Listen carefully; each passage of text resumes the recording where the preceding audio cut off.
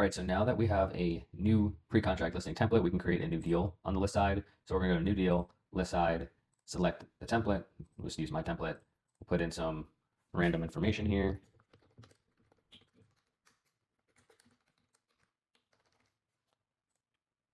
Do the listing agreement date for today with the desired, or with the expiration, sometime next year.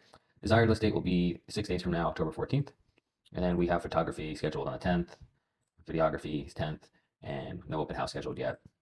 Let's do test client, test, whatever. None of this matters, just trying to show you guys the functionality. Auto populates my information, hit save. This is where you would add your legal contact. So test title, random number, test title company. And then you could add the address as well to kind of, give your client a heads up on where you'll be closing. Click save, and that creates the deal.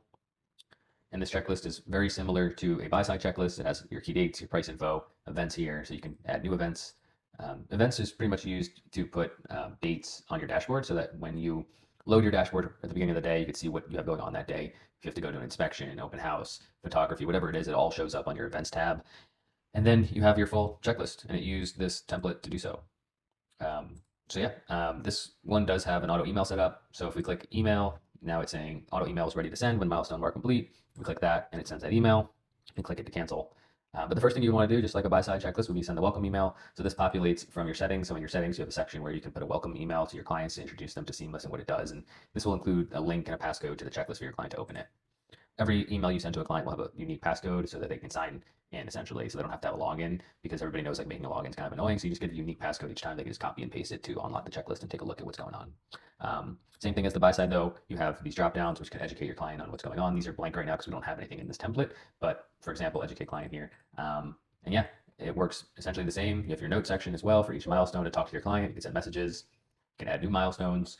It works exactly how the buy side checklist works. The main difference is that when you're creating a new pending listing, this is where you'll go to do that. So if this listing goes under contract, you can create pending listing, and now you select a pending listing template. So we have FG pending listing. This is also in templates. We'll say we got 270,000 to 10,000 under asking, and we'll just put some random numbers for those.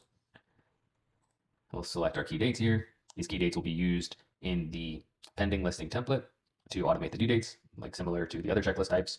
So we'll just say the effective date is the 10th. It's due, deposit's due on the 15th. Inspection period ends on the 17th. And the financing contingency will be the 6th. Oh, I don't know what happened there. I must have misclicked. And then closing will be the 28th of November. We don't have any of these dates, so we'll just create the new checklist. And as you can see here, we now have this tab which switches back and forth. So you have your pre-contract listing here, which should be marked complete more obviously once you have a contract on the house. And then you have your pending listing one as well. So yeah, this is the pending listing template for this one, and then you have your pre-contract, which has the pre-contracting template, so you know what templates you use for each checklist, and you have your updated price and deposit information for under contract.